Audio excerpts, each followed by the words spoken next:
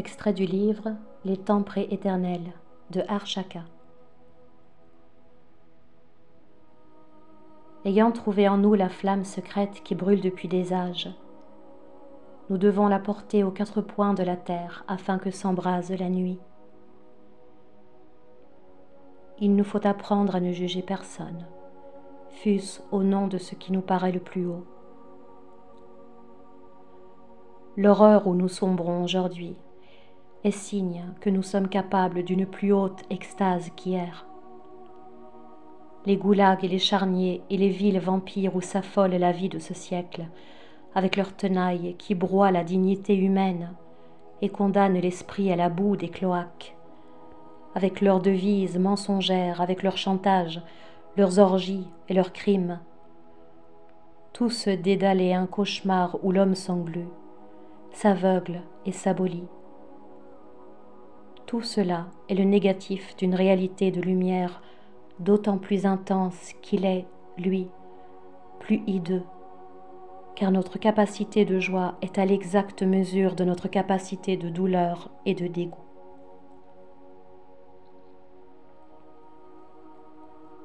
Il nous faut apprendre à nous regarder nous-mêmes avec amour et compassion, que chacun de nous commence par se pardonner à soi-même.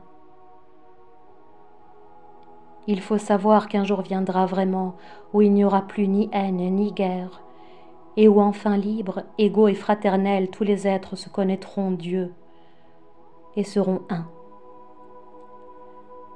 Rien ne doit nous suffire. Seul l'impossible doit nous attirer. Seul l'au-delà de nous-mêmes doit être notre but. Nous n'avons d'autre avenir que notre transcendance. Or, en cette heure d'obscurité absolue où nous sommes, déjà, comme des chants d'oiseaux, des voix ont commencé de frémir doucement. Des êtres ont commencé de percevoir le soleil d'or qui demain doit resplendir. Et ces voix et ces êtres reprennent à la suite les mêmes paroles et les répètent ensemble ainsi qu'un psaume à la lumière qui naît. Et de plus en plus, les voix résonneront, les êtres chanteront, appelant le soleil jusqu'à temps que chacun le voie. Écoute ou n'écoute pas, disent les voix oiselées de la nuit. Tu dors et ne sais pas. Mais lorsque tu t'éveilleras, le jour aura paru et toi aussi tu sauras. Le monde entier sera illuminé, l'univers sera Dieu, et les hommes dévêtus de leur actuelle apparence rayonneront de savoir et d'amour. L'homme ne sera plus homme, il sera tous les hommes, il sera tous les êtres, il sera l'univers et la raison de l'univers.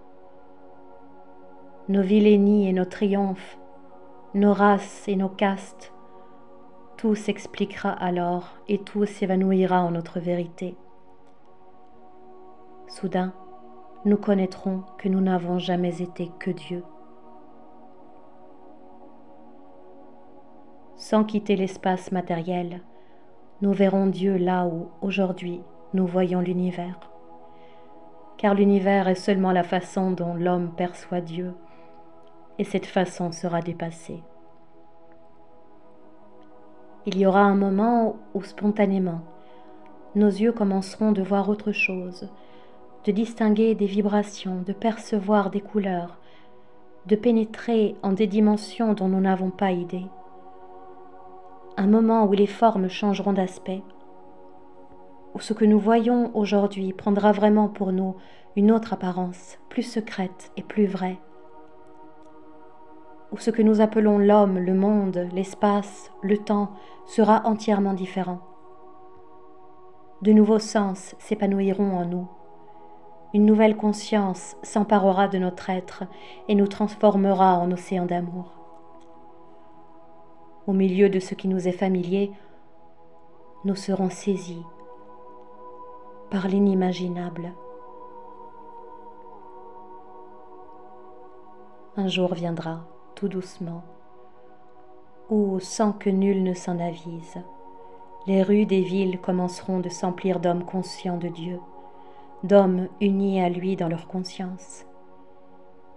Ils sembleront faire la même chose que les autres, vaquer aux mêmes tâches et goûter les mêmes plaisirs, et pourtant, ils seront différents. Ils connaîtront l'inaliénable et muette extase des sages d'autrefois, qui vivaient dans les forêts, les cavernes et les déserts.